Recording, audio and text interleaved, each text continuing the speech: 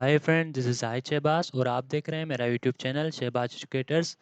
Video को start करने से पहले आपसे एक छोटी सी रिक्वेस्ट है। अगर आपने अभी तक हमारे चैनल को सब्सक्राइब नहीं किया तो सब्सक्राइब कर लें ताकि आपको हमारे आने वाली वीडियोस मिलते रहें।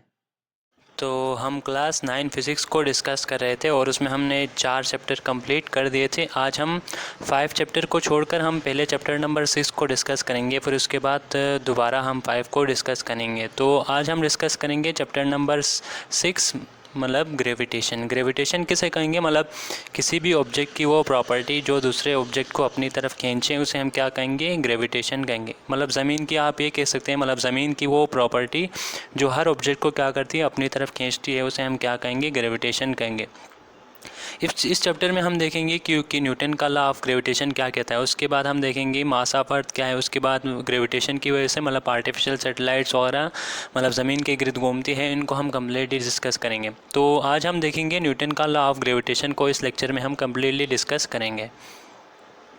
तो सबसे पहला है न्यूटन लॉ ऑफ ग्रेविटेशन की स्टेटमेंट। मतलब न्यूटन लॉ ऑफ ग्रेविटेशन क्या कहता है, every body in the universe, मतलब यूनिवर्स में जितने भी बॉडीज़ है वो क्या करती है, अट्रैक्ट करती है each other with a force which is directly proportional to product of their masses. मतलब यूनिवर्स में जितने भी बॉडीज़ है वो क्या करती हैं, एक दूसरे को एक फोर्स के साथ क्या करती है, अट्रैक्ट करती हैं। और वो फोर्स क्या है, डायरेक्टली प्रोपोर्शनल है प्रोडक्ट ऑफ दियर मासेस। मतलब अगर वो फोर्स जितना मतलब उनके प्रोडक्ट ऑफ मासेस, मतलब मास, दोनों मास को मल्टीप्लाई करेंगे तो जितना मतलब प्रोडक्ट ऑफ मासेस ज़्यादा होगा उतना उन दोनों के दरमियान फोर्स ऑफ अट्रैक्शन क्या होगी, ज़्यादा होगी।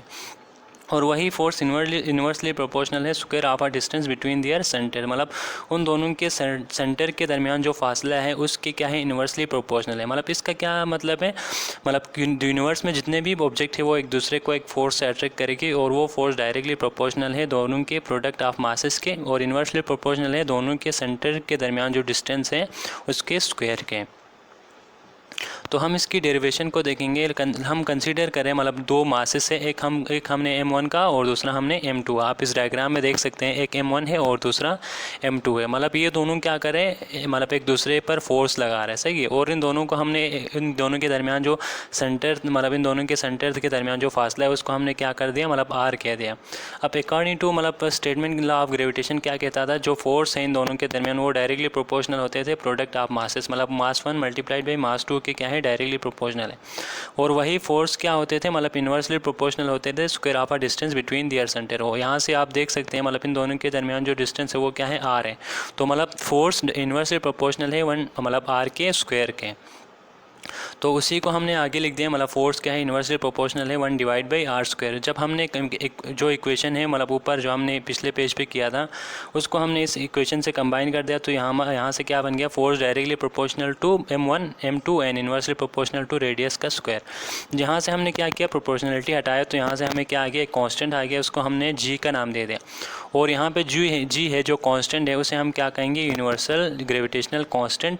और इसकी जो वैल्यू है ऐसा यूनिट में वो क्या है, 6.673 multiplied by 10⁻11 newton metre square पर केजी स्क्वायर। उसके बाद ये जो इसकी जो वैल्यू है ना वो क्या है, ये बहुत छोटी है और इसकी जो वैल्यू है हर जगह पे क्या रहेगी, कांस्टेंट रहेगी। मतलब यूनिवर्स में हर जगह कांस्टेंट रहेगी।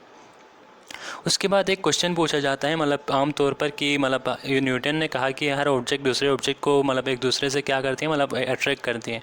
तो लेकिन हम इसको रियल लाइफ में ऑब्जर्व नहीं करते। तो इसके लिए मतलब आगे इसमें लिखा हुआ है, we do not feel the gravitational force of attraction between objects around us. मतलब हमारे इर्द गिर्द हम इसको फोर्स को क्या करते हैं, महसूस नहीं करते, क्योंकि यहाँ पे क्या है, जी की जो वैल्यू है वो बहुत छोटी हो है। मतलब जी की जब वैल्यू बहुत छोटी होगी, लेकिन हमारे मास भी इतना बड़ा नहीं है, तो इसकी वजह से छोटी जो वैल्यू है मास को मल्टीप्लाई करेंगे तो मतलब इसको क्या आएगा, नेग्लिजिबल आएगा, जिसकी वजह से मतलब जो फोर्स आएगी वो हम मतलब इतनी ज़्यादा महसूस नहीं कर सकते। ये जब अर्थ वगैरह मतलब मून के बारे में जब हम डिस्कस करेंगे तो ये फोर्स क्या होगी, डोमिनेंट होगी और उसको हम ऑब्जर्व कर सकेंगे। उसके बाद हम देखेंगे जो ग्रेविटेशनल कांस्टेंट है और जो ग्रेविटेशनल एक्सेलरेशन है उन दोनों के दरमियान क्या डिफरेंस है। तो यहाँ पे जो बड़ी कैपिटल जी है उसका मतलब है यूनिवर्सल ग्रेविटेशनल कांस्टेंट, और यहाँ पे जो स्मॉल जी है वो क्या कर रहा है, ग्रेविटेशनल एक्सेलरेशन को बता रहा है। मतलब ग्रेविटेशनल फोर्स किसी भी यूनिट मास पर मतलब कितना लग रही है वो हमें कौन बता रहा है, ग्रेविटेशनल एक्सेलरेशन बता रहा है। उसके बाद है इट है same everywhere in the universe. मतलब ये जो ग्रेविटेशनल कांस्टेंट है इसकी जो वैल्यू है वो हर जगह क्या होगी, यूनिवर्स में सेम होगी।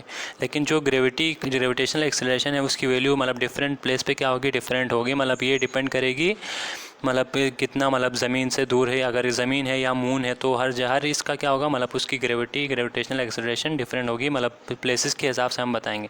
उसके बाद बड़ी जी मतलब कैपिटल जो ग्रेविटेशनल कांस्टेंट की जो वैल्यू है वो क्या है 6.673 मल्टीप्लाइड बाई 10⁻⁻11, और ये स्मॉल जी की वैल्यू है जो सरफेस के नियर पे कितना है 10 मीटर पर सेकंड स्क्वायर है।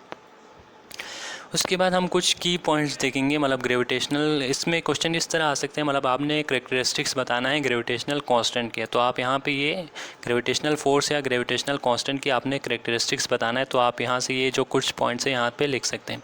तो पहला पॉइंट क्या है, मतलब it is always present between two objects because their mass, मतलब ग्रेविटेशनल फोर्स की जो पहली करेक्टरिस्टिक्स क्या है, ये हमेशा दो बॉडीज़ के मतलब दरमियान होता है, मतलब एक बॉडी के अंदर तो कोई फोर्स नहीं हो सकता, मतलब दो बॉडी के दरमियान, मतलब एक एक्शन करे और दूसरा क्या करे, रिएक्शन दे रहा है उसका, और ये एग्जिस्ट करती है यूनिवर्स में एवरी, मतलब यूनिवर्स के हर जगह पे क्या करेगी, एग्जिस्ट करती है, और ये हमेशा क्या फॉर्म करती है, एक्शन और रिएक्शन पेयर फॉर्म में रहती है, मतलब एक बॉडी दूसरे बॉडी पे जो लगा रहा है वो एक्शन होगा, और दूसरा बॉडी जो पहले बॉडी पे लगा रहा है वो हमेशा क्या होगा, रिएक्शन होगा। और उसके बाद चौथा पॉइंट क्या है, it is independent of a medium between two object, मतलब दो जो मास है उनके दरमियान जो मीडियम है, हवा है या कोई लिक्विड है या सॉलिड है, उस पर डिपेंड नहीं करता, मतलब फोर्स जो है वो उस मीडियम पे डिपेंड नहीं करता। और हमने ये देखा था कि जो फोर्स है वो डायरेक्टली प्रोपोर्शनल है product of a masses of object, मतलब जो मासेस है जिनके दरमियान फोर्स है वो क्या है, मतलब फोर्स जो है डायरेक्टली प्रोपोर्शनल है, मतलब जितना मास ज़्यादा होगा उतना फोर्स ऑफ अट्रैक्शन क्या होगी, ज़्यादा होगा। और इन्वर्सली प्रोपोर्शनल है square of a distance between their centre, इसको हमने देख लिया था, मतलब उन दोनों के सेंटर के दरमियान जो फासला है उसके क्या है, स्क्वायर के इन्वर्सली प्रोपोर्शनल है। और ये क्या करे, hints it follow the inverse square law, inverse square law मतलब इसमें क्या है, रेडियस के स्क्वायर के इन्वर्सली क्या है, स्क्वायर, मतलब इसमें क्या हो रहा है, एक रेडियस के स्क्वायर के इन्वर्स है, तो यहाँ से ये क्या करे, इन्वर्स स्क्वायर लॉ को यहाँ से फॉलो कर रहा है। उसके बाद हम एक न्यूमेरिकल देखेंगे जिसके ज़रिए हम क्या निकालेंगे, फोर्स निकालेंगे दो मासेस के दरमियान। तो न्यूमेरिकल क्या बता रहा है, मतलब डिटरमाइन द ग्रेविटेशनल फोर्स हमने निकालना है बिटवीन अ स्फीयर बॉडीज़, एक का मास क्या है मतलब 500 kg है और दूसरे का मास क्या है 800 kg है। तो हमने मतलब उन दोनों के दरमियान ग्रेविटेशनल फोर्स निकालना है। तो सबसे पहले हमने डेटा बनाया, M1 क्या है 500 kg, M2 क्या है हमारे पास 800, और रेडियस जो है उनके दरमियान क्या है 2 मीटर है। उसके बाद ग्रेविटेशनल कांस्टेंट हमारे पास क्या था 6.67 मल्टीप्लाइड बाई 10⁻⁻11।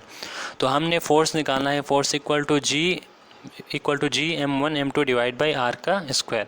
तो हम यहाँ से वैल्यूज़ पुट करेंगे फिर उनको मल्टीप्लाई करेंगे और डिवाइड करेंगे, 2 का स्क्वायर क्या होगा 4 से डिवाइड करेंगे, तो हमारा आंसर क्या आएगा 6.67 मल्टीप्लाइड बाई 10⁻⁻9, ये हमारा क्या आएगा, ग्रेविटेशनल फोर्स यहाँ से कैलकुलेट हो गया।